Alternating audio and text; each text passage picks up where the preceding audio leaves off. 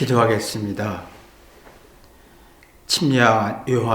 예수님의 제자 요한이 나이가 들수록 자기 뜻을 꺾고 하나님의 뜻, 상대 뜻을 헤아리려 했던 것을 볼 수가 있습니다. 하나님, 우리가 살아가면서 자신의 뜻을 한번 꺾어보고 하나님의 뜻과 상대의 뜻을 헤아릴 수 있는 따뜻한 마음 있게 도와주옵소서. 예수님의 이름으로 기도했습니다. 아멘. 하나님 말씀은 요한복음 1장 39절 한 절만 읽겠습니다. 예수께서 가라사대 와 보라, 그러므로 저희가 가서 계신 대로 보고 그날 함께 거하니 때가 제 10쯤 되었더라. 침례 요한의 제자가 예수님의 제자 요한이었습니다. 근데 이제 예수님과 침례 요한이 만났을 때 요한복음 1장 35절부터 보면 침례 요한이 예수님 보고 하나님의 어린 양이다 라고 했습니다. 그 하나님의 어린 양이라고 하면 엄청난 능력, 엄청난 어떤 힘이 있을 것 같은 표현이죠. 하나님의 어린 양이라는 건 예수님의 제자 요한으로서는 엄청난 기대감을 주는 단어였고 어떤 소리였습니다. 그래서 이 예수님의 제자 요한은 침례 요한으로부터 떠나서 예수님 앞에 쫓아갔습니다. 그랬을 때 예수님이 무엇을 구하느냐 38절에 질문을 던졌어요. 그랬더니 예수님이 39절 보면 와보라. 그래, 나와 함께 보자. 시간을 보내자. 함께 살아보자. 라고 하는 제안을 하는 내용입니다. 이런 내용이 이제 35절부터 42절까지 있는 내용인데, 침례 요한은 20대입니다. 젊고 지식 있고 에너지가 많고 건강하고 이런 사람들은 언제나 자기의 어떤 목적, 이기적인 목적, 정치적 목적, 성공의 목적, 육적인 목적이 굉장히 강한 성질을 가지고 있습니다. 젊고 똑똑할수록 내가 누구보다 성공하고 싶고 예쁘고 싶고 그 성공의 길, 자기에게 인생에 도움이 되면 빠른 계산을 해서 침례 요한의 제자에서 벗어나서 예수님의 제자가 되고 싶은 아주 빠른, 눈치 빠르고 계산 빠른 행동을 했습니다. 이제 문제는 뭐냐면 자신의 이기적 목적, 또 자기의 어떤 성공, 자기의 어떤 이기적 계산이 빠르고 예민한 사람은 이 침례 요한, 예수님의 제자 요한이 적극적으로 예수님을 쫓게 됐던 거지요. 근데 이 사람들은 자기 주관적인 성질이 강하기 때문에 문제의식이 약한 게 문제입니다.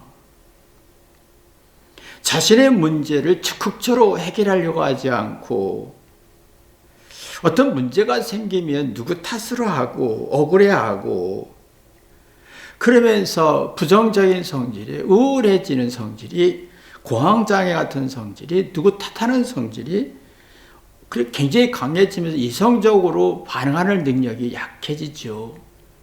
난 똑똑해, 우월해 라고 주장을 하지만 이 감정적인 대응 능력이 굉장히 강해집니다. 근데 문제의식이 없었다는 게 참 심각한 문제인데 사랑이 있는 사람은 회개하면서 자기 문제의식을 갖습니다. 그러면 내가 어떤 문제가 생겼을 때 대처 대응 능력이 생기면서 이성적이고 지혜가 나오죠. 그럼 자기 문제를 받아들여지면서 어떤 감정으로 반응하지 않습니다. 사람이 나이 들수록 문제의식이 있느냐, 자기에 대한 문제의식이 있느냐, 자기에 대한 문제의식이 없느냐가 선악의 차이점이고 지옥과 천국의 차이점인데, 이 제자 요한은 지금 나이가 들수록 예수님과 이별한 지 약 55년 지난 다음에 심각하게 자기의 과거의 악함을 지금 보고 회개하고 있는 내용입니다. 내가 지금 그랬지, 침례원의 제자였는데 자기의 어떤 내 젊음의 어떤 목적과 이기적인 목적, 하나님의 어린 양을 했다면 엄청난 기적을 통해서 엄청난 힘이 있을 것 같아 쫓아다녀봤다. 근데 젊었을 때는 문제의식이 없었는데 나이가 들수록 문제가 생기는 자신을 보기 시작한 겁니다. 그래서 기억하고 55년 전 일을 기억하면서 생각하고 글을 쓰게 된 거지요. 사람이 나이 들수록 자기의 문제의식이 있어야 자기를 뒤돌아볼 수가 있고, 문제의식이 없으면 남의 문제를 보게 됩니다. 그러면 자기의 어떤 문제가 없다고 생각하면 자기 뜻을 주장하게 되고, 그러면 내가 잘못이 없고 깨달음이 없고 답답하고 우울해 차갑고 사납고 지옥 같은 시간을 보내고 육체가 무너지면서 함께 마음도 무너지고 육체도 무너지는 그런 아주 심각한 문제가 생기는 걸 보게 됩니다. 근데 예수님의 제자 요한은 자신의 20대에서는 스승의 침례 요한을 버리고 예수님을 쫓았다는 것은 자기 이기적 목적이 굉장히 강했었다는 거지요.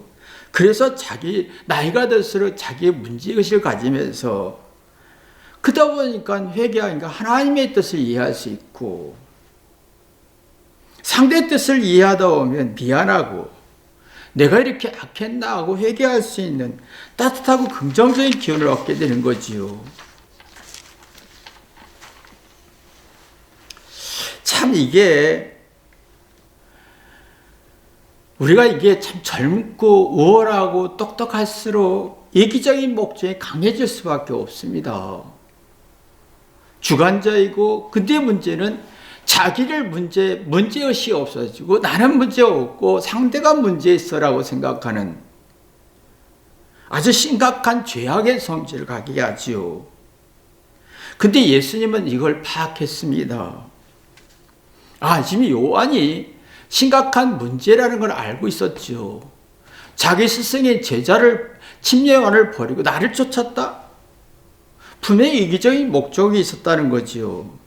아주 불쾌하고 믿을 사람이 아닌 거죠. 자기 스승 침례요한을 버리고 자기를 쫓았다는 것은 이건 믿을 사람이 아닌 거예요. 근데 예수님은 요한을 제대로 파악했습니다. 젊기 때문에, 젊기 때문에 자기 목적이 있고 정치적 목적이 있을 거고, 제대로 이제 예수님의 제자를 요한을 파악했습니다. 근데 내가 저 사람이 악한지 이기적인지 정확히 파악하면 감정으로 대응하지 않고 이성으로 대응할 수 있는 능력이 생깁니다. 상대는 언제나 나한테 어떤 면적에서 이기적으로 대응하고 자기 어떤 이기적인 목적이 없으면 화를 내고 상처를 주고 실망을 시키는 게 상대입니다. 거의 100% 상대는 나에게 원하는 대로 내게 오지 않습니다. 자기 이기적인 목적이 안 되면 화내고 성질내는 성질이 강해지죠. 근데 이걸 이 침례요한 예수님은 요한을 알았습니다. 이 사람이 자기 이기적인 것 따라서 침례요한을 버리고 스승의 침례 버리고 나를 쫓았구나. 상대는 언제나 내가 원하는 대로 정직하고 순수하지 않습니다. 그러나 문제는 내가 정확하게 상대를 파악하면 감정으로 대응하지 않고 이성으로 대응할 수 있다는 겁니다. 그럼 그러면 내가 감정으로 대하면 거부하겠고 부정하고 싫어하겠지요. 그러나 예수님은 이성으로 대응하면서 요한이 문제가 있다. 그렇지만 이성적으로 이해하니까 받아들였지요. 그래서 1장 39절에 오너라 무엇을 구하느냐? 39절 와봐라 얘기합니다. 그럼 따라와봐라. 이 말은 너와 나와 동락하자. 함께 살아보자.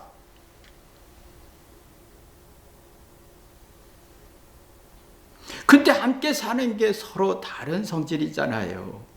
부부도 함께 살고 부모와 자녀도 함께 하는 게 서로 다른 생각 속에 있는 거예요. 상대는 이기적이고 자기 목적이 강하고 서로 다른 생각을 주장하게 돼 있죠. 근데 왜 예수님은 이 말을 했을까? 와봐라. 그래 동락해보자.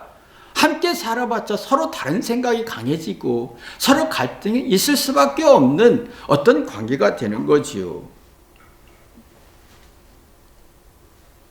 사람이 서로 함께 지낸다. 친구든 부부든 부모와 자녀 간에 서로 다른 생각을 같은 생각 같지 않습니다. 근데 예수님은 왜 와보라. 함께 지내보자. 동고동락해보자 라고 했을까요?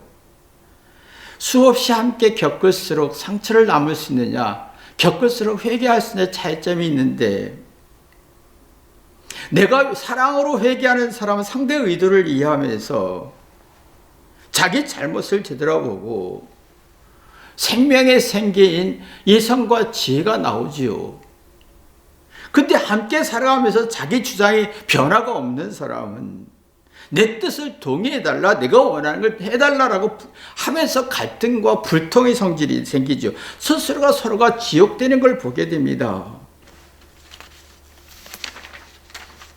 예수님은 지금 알고 있죠.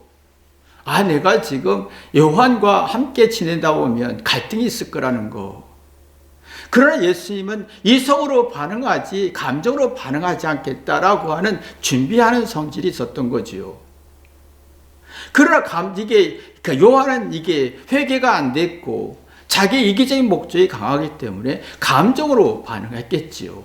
거기서 갈등도 있었을 거고,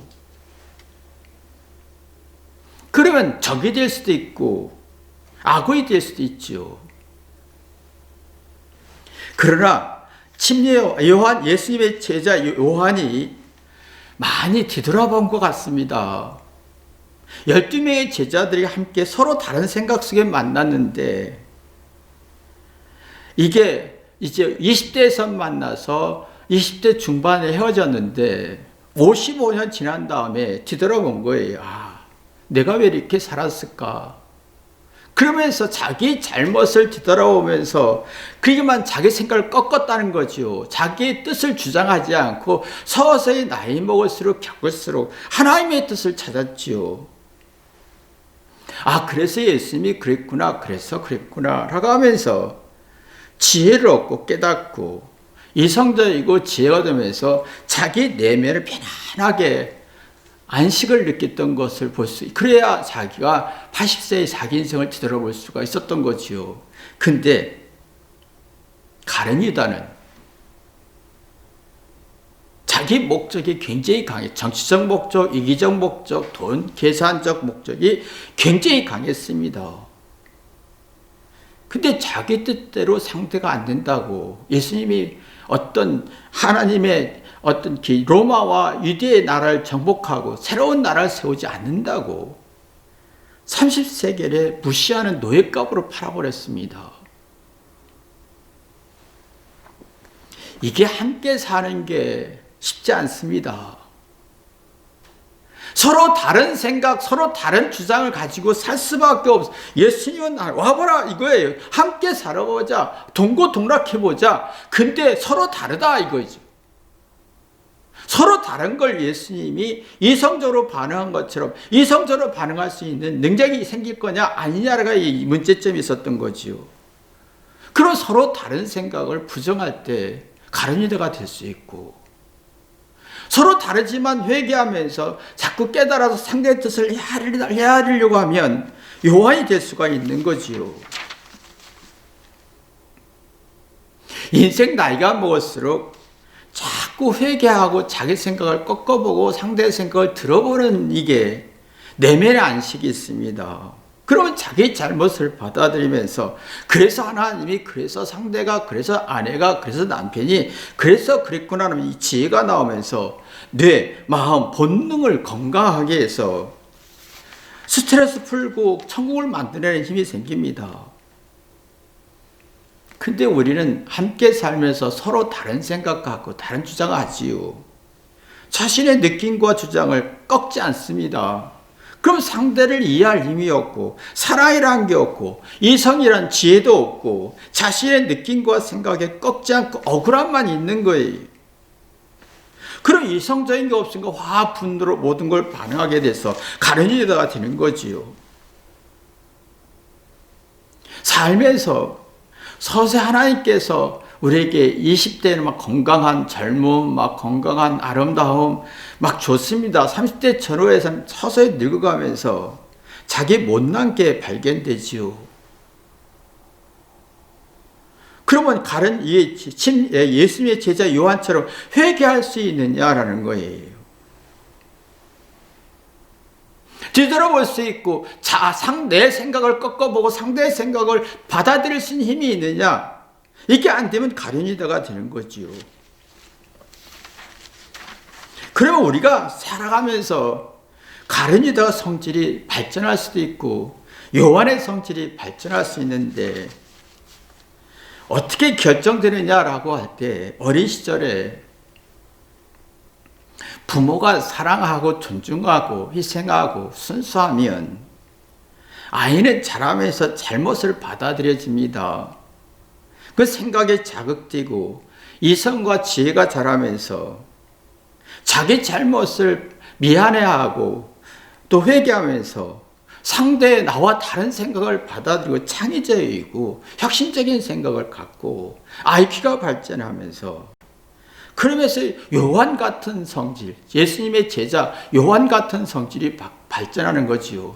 처음에는 이기적, 10대, 20대는 이기적으로 발전하다가 서서히 자기가 뒤돌아오면서 감정에서 벗어나 이성적으로 발전하고 자기의 한계와 문제를 받아들일 수 있는 힘이 생기지요. 그런 요한 같은 성질이 만들어집니다. 근데 부모가 순수한 사람하고 이기적이고 자존심을 세우고 너는 똑똑해야 돼, 우월해야 돼, 대단한 사람이 돼야 돼 라고 하면 잘한 걸 주장하는데 잘못을 받아들일 수가 없고 상대성 비교 속에서 상대보다 우월해야 돼 라는 압박을 받게 됩니다.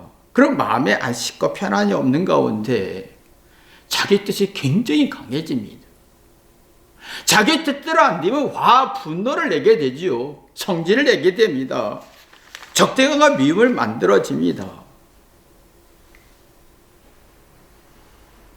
세월이라는 것은 하나님이 왜 우리에게 세월 줬냐면 육체가 후패진다. 기능 저하가 생기면서 불안과 두려움이 굉장히 많아지죠. 우울해지고 부정적인 성질이 죄의 성질이 강해지고 심리적으로 정신적으로 육체적으로 다 무너집니다. 그러면 분노를 내지 상대의 뜻을 이해하려고 하지 않습니다. 그리고 자기 속을 괴롭힙니다. 자기의 몸과 마음을 스트레스로 괴롭힙니다. 그래서 사랑이 있는 예수님의 제자 요한처럼 뒤돌아보는 사람, 자기 잘못을 받아들이는 사람은 문제의식이 건강해지면서 자기 속을 편하게 하지요. 몸과 마음을 괴롭히지 않습니다. 그리고 내가 늙고 초라한 걸 미안해하고 사랑이라는 걸 만들어냅니다. 그러면 자기에 대한 관찰력이 굉장히 발전합니다. 자기의 문제에 대한 관찰력이 생기고 원인과 이유를 찾으면서 깊이 생각하고 작아지고 겸손해지면서 내면의 평안을 누릴 수가 있습니다. 슬픔도 아픔도 의미를 느낄 수 있고 절망과 외로움 속에서도 받아들일 수 있고 그래서 하나님이 늙겠고 죽겠구나라고 받아들일 수가 있는 거예요. 그런 과거의 잘못을 내가 뒤돌아보고 그래서 하나님이 그랬구나라고 기록할 수 있고 생각할 수 있고 근데 우리는 가룟유다 성질이 강하지요. 난 잘한 걸 주장하고 잘못을 받아들이지 못하면 자기 뜻이 이루어지지 않으면 화를 내지요. 내가 듣는 것도 싫고 내 뜻대로 안 되는 것도 싫고 내 뜻대로 내 느낌대로 안 되면 막 불쾌수와 스트레스가 굉장히 강해져서 상대의 말을 부정하고 싶고 상대가 두려워지고 상대를 부정할수록 무시할수록 하대할수록 상대가 두려워집니다. 그러면 비교 경쟁이 되면서 박탈감에 빠져서 자기 몸과 마음을 괴롭히는 그러면서 비관에 빠지죠. 예수님의 제자 요한 이걸 깨달은 겁니다. 나이 먹을수록 초라할수록 두려울수록 하나님의 뜻을 깨달으면서 자기가 왜 20대 30대 그랬을까? 왜 도망다니고 살았을까? 하나님의 뜻을 헤아리니까 자기가 마음 편안해졌고 합리적으로 이성적으로 하다 보니까 기억이 살아나는 거예요. 근데 이상하게 우리는 나이가 들수록 자기 뜻, 느낌, 생각을 주장하면서 자기를 괴롭히고 스트레스를 만듭니다. 그럼 자기가 비합리적이고 이성적인 게 아니라 그러면 자기가 깨달을 능력이 없으면 이게 내 뜻대로 안 되면 화가 나는 거예요. 가련이다가 되는 거예요. 내가 내 잘못을 회개하다 보면 합리적 이성이 나오지요. 그러면 그래서 그랬구나라고 하면서 받아들인 힘이 생깁니다. 그런 상대의 말을 했을 때 상대가 말도 안 되는 말을 해도 악하고 잔인하고 거짓말을 해도 일리가 있다고 이해가 됩니다. 타당하다. 왜 거짓말했는지, 왜 불안한지, 왜 그랬는지 타당하다. 예수님이 요한을 바라보지 저 사람이 젊기 때문에 나를 바라볼 때 요한의 스승인 침례를 배신하고 나를 쫓고 이기적인 목적이 있구나. 이성적으로 대응할 수 있는 힘이 생기는 거지요.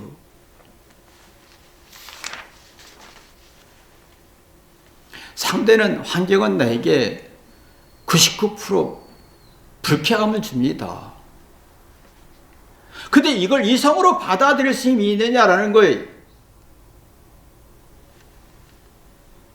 내가 이성 상대의 불쾌함을 받아들였을 때 내 죽음이라는 공포를 받아들일 수가 있습니다.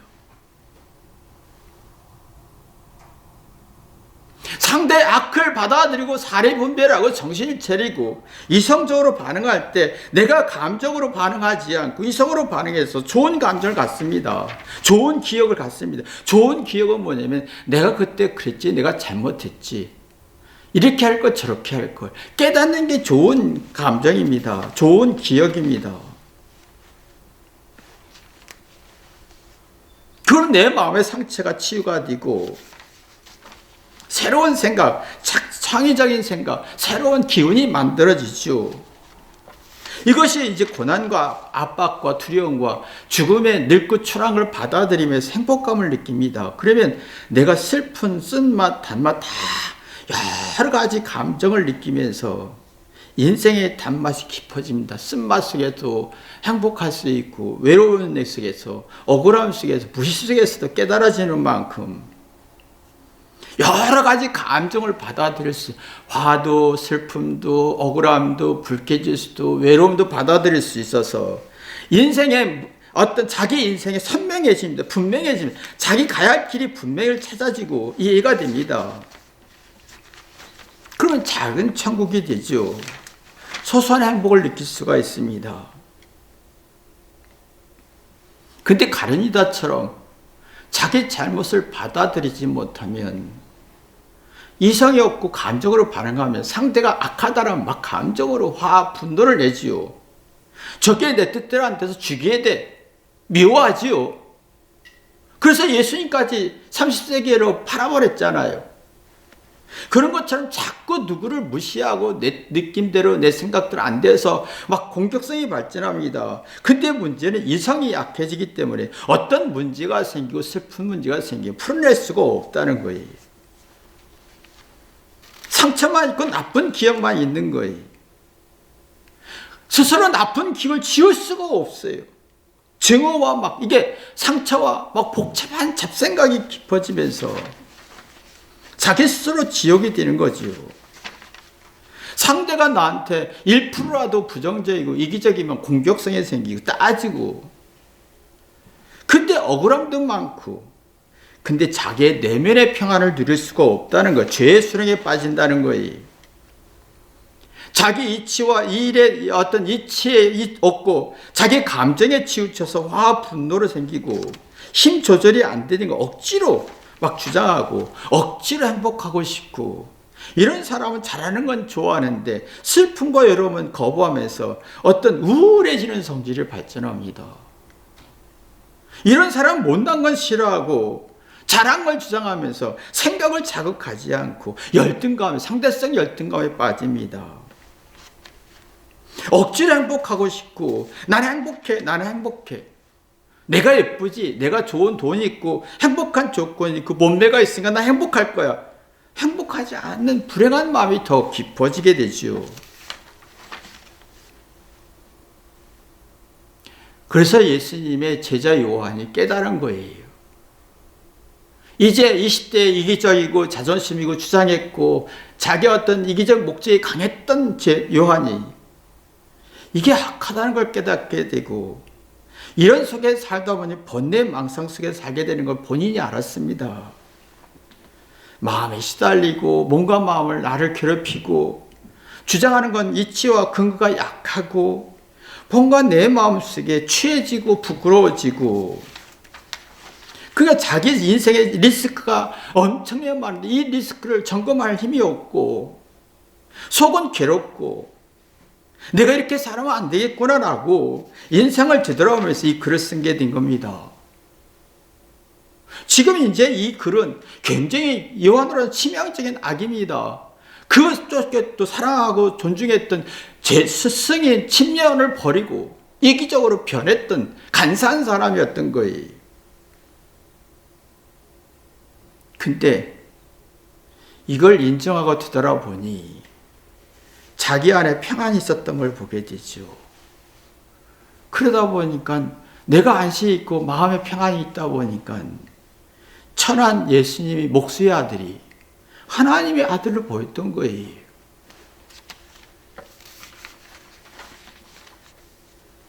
우리는 참 천한 존재를 무시하고 싶죠. 못났거나 부족하거나 지식이 없거나 돈이 없거나 몸매가 나쁘거나 쉽게 무시하고 싶죠.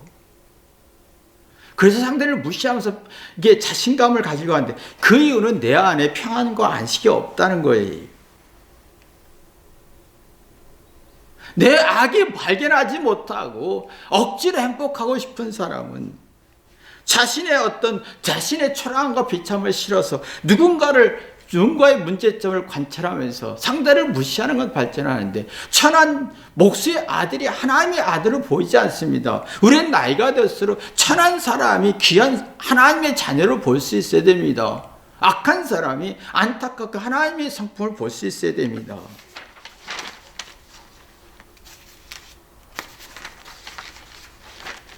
이게 있습니다. 내가 나이 들수록 상대 자녀가 이게 천한 무시가 아니라 거기에 하나님의 성품, 하나님의 자녀, 하나님의 사랑이 들어가 있으면 내 속엔 악을 끄집어낼 수 있는 능력이 이렇게 뒤집어지는 거예요. 내 악이 이렇게 살았으니 이랬었구나. 그 사람이 슬펐겠구나. 그러면서 요한이 이 글을 쓰게 되는 게, 그래서 쓴 게, 그러면 내가 이렇게 간사하고 이기적이고 변덕스럽고 기회주의자였는데 이걸 깨닫기 시작하면 내 자신의, 요한은 자기 속에 악을 막 끄집어내기 시작합니다. 그러면 속이 깊어지고 마음의 평안을 얻게 되다 보니까 하나님 앞에 죄인인 거예요. 사랑받은 자입니다. 그래서 예수는 사랑받은 자라고 표현해요. 제자 요한이라고 표현하기보다는 요한복음은 사랑받은 자라고 표현합니다. 나 같은 사람에게 예수님이 살아있고 희생했구나 하면서 나의 악을 느끼니까 상대를 존중할 수 있고, 그러다 보니까 내 안에 평안을 유지할 수 있고 몸과 마음을 자기를 괴롭히지 않고 속사람이 새로워지게 됐지요. 편안을 얻었던 겁니다. 근데 우리는 이상하게 내가 불안하면 누구를 무시하고 싶고 증오하고 싶고 신념과 정의를 정죄하고 싶은데 내 안에 그만큼 불안이 많다는 거지요. 그런 마음을 정리할 수가 없습니다. 자기의 마음을 컨트롤이 안 되니까 가룟 유다처럼 홧김에 예수님이 팔았고 홧김에 자살했고 경솔했지요. 그러니까 이게 두려운 거예요. 막 두려움이 개가 두려워서 강한 척하고 사나운 척하고 뭐 정의 있는 척하고 똑똑한 척하는 것처럼 개는 두려워서 강한 척, 뭐 사납게 대드는 것처럼 우리는 두려워서 행복한 척, 우리는 두려워서 정의로운 척, 우리는 두려워서 신념이 좋은 것처럼 내가 똑똑한 척하는 거예요. 근데 내 속은 썩는 거지요. 차갑고.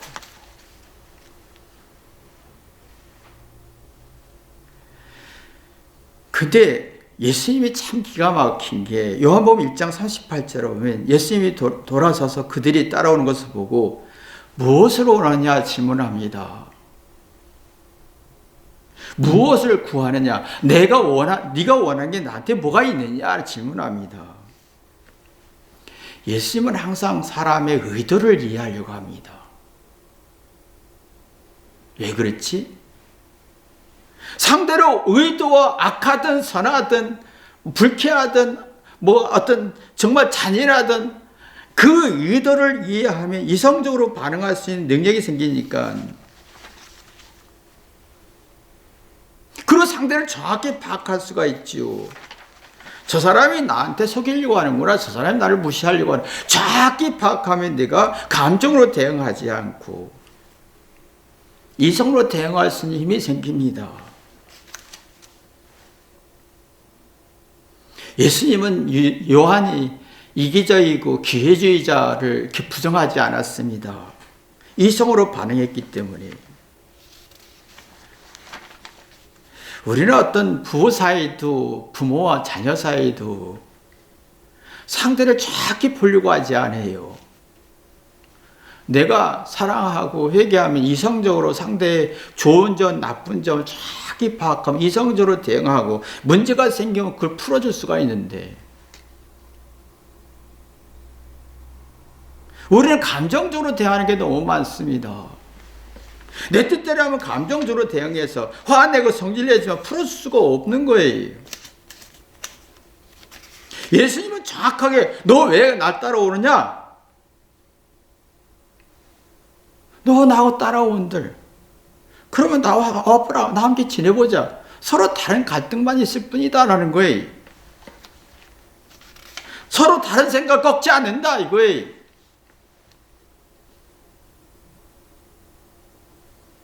부부도 함께 살면서 서로 생각을 꺾지 않죠. 상대를 이해하려고 하지 않습니다. 내 생각을 주장하려고 하지요. 그러면 이성이 없고 감정으로 대응하기 때문에 서로 갈등만 있는 거예요.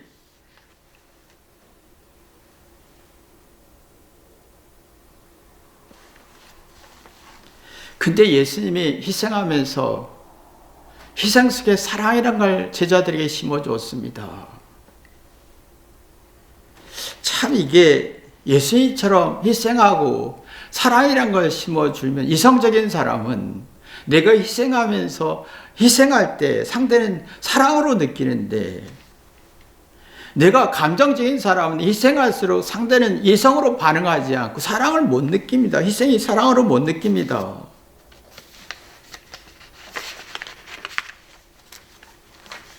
가룟 유다는 그래서 자기의 목적이 강하기 때문에 사랑으로 예수님의 희생적 사랑을 사랑하는 못들이 감정으로 반응했고 11명의 제자들은 예수님의 희생적 사랑을 이성적으로 반응하면서 사랑을 느꼈던 거지요. 그래서 성령의 역사를 경험하게 된 겁니다.